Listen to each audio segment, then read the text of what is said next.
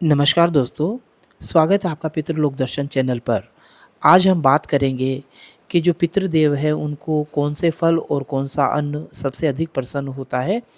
साथ ही साथ मैं आपको एक बात और कहना चाहूँगा कि जैसा कि हमारे डिस्क्रिप्शन में जो नंबर दिए गए हैं, आपसे बार-बार आग्रह किया जाता है कि आप शाम 5 से 6 बजे के बीच ही कॉल करें। तो क्योंकि हमें भी पता है कि समय बहुत कम है, 1 घंटे में इतने सारे कॉल अटेंड नहीं किए जा सकते, तो कई बार आपको परेशानी भी होती है। आपका कॉल नहीं लग पाता है, तो आपसे आग्रह करूँगा कि ये जो नंबर है ये व्हाट्सएप के नंबर भी हैं, तो आप अपने नाम के साथ मैसेज कर छोड़ सकते हैं। मंदिर के द्वारा आपको कॉल कर लिया जाएगा और आपकी जो भी समस्या है, जो भी आप पूछना चाहते हैं पितरों के बारे में, जो भी जानकारी लेना चाहते हैं, उस पर आपसे चर्चा कर ली जाएगी। आपको किसी भी प्रकार से परेशान होने की आवश्यकता नहीं है। आज हम बात करते हैं, जैसा मैंने आपको पहले बताया कि पितरों को कौन से फल और कौन-सा अन्न सबसे अधिक प्रसन्न होता है, इस पर हम बात करेंगे। तो ब्रह्मा पुराण में इन सब बातों का बिल्कुल स्पष्ट उल्लेख किया गया है। मैं आपको संस्कृत के श्लोक के माध्यम से बताऊँगा, फिर मैं उसका हिंदी अनुवाद भी आपको बताने की कोशिश करूँगा। तो मैं आपको ब्रह्मा पुराण का एक श्लोक है, उसके बारे में बताता हूँ।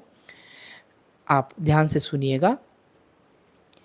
यवहिर्नेश्ला धूमश्चकस्थिता सन्तपर्यन्तन्मृद्गे श्यामा केसर तर्ववे आम्रमाताक्मं विल्लं दण्डं बीजपूरकं प्राचीनकालं क्षीरे नालिकेयं पुष्कमं नाडङ्गदे खजूर च द्राणेस्कस्तकल्ललं स्फोटं च प्रियां च कदूर्पणबुन्ध्राणि च वङ्कन्तवस्तन्तस्कार्तु वार्तकामिनी एतान फल जातानि शादे यतानि यत्न है। यह ब्रह्मा पुराण में कही गई बातें हैं।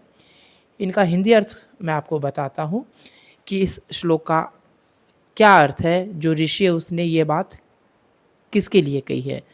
ब्रह्मा जी ने जब पशुओं की रचना इस सृष्टि में की, तो सबसे पहले उन्होंने गौ माता को रचा, उन्होंने गाय की रचना की। अतः हम जब भी पितरों के निमित्त कोई भी भोजन सामग्री बनाते हैं, तो उसमें गाय के दूध का, गाय के दही का और गाय के घी का उपयोग करना चाहिए। जौ, धान, तिल, गेहूँ, मूंग, सांवा, सरसों का तेल और तिन्नी का जो चावल होता है, कंगनी आदि से पितरों को तृप्त करना चाहिए। और अगर फलों की बात करते हैं, तो जिसमें आम, अमड़ा, बेल, अनार, बिजोरा, पुराना आंवला, खीर से बहुत प्रसन्न होते हैं। एक बार पहले अपन ने वीडियो भी बनाया था। नारियल, फालसा, नारंगी, खजूर, अंगूर, नीलकेत, परवल, चिरौंजी, बेल, जंगली बेर, इंद्रोज और भतुआ, इन सब चीज़ों को जो पितरों का जो भोजन बनता है उसमें यत्नपूर्वक शामिल करना चाहिए। इसके अलावा जौ, मूंग, गेहूँ, धान, तिल, मटर, कचनार और सरसों, इनका उपयोग करना भी पितरों का जो भोजन बनता है उसमें बहुत अच्छा रहता है।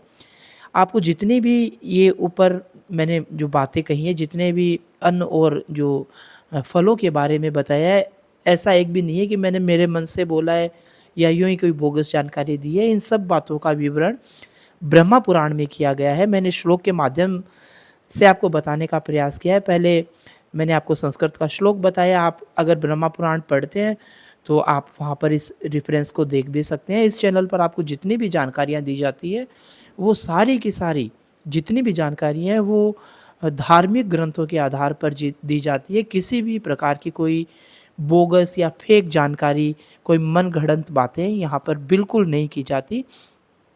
तो आप इस चैनल को अगर आप देखते हैं, तो निश्चित तौर पर आप पितरों के बारे में बहुत सारी जो जानकारियाँ हैं वो इकट्ठा कर पाएँगे। तो आपके लिए ये बहुत उपयोगी है।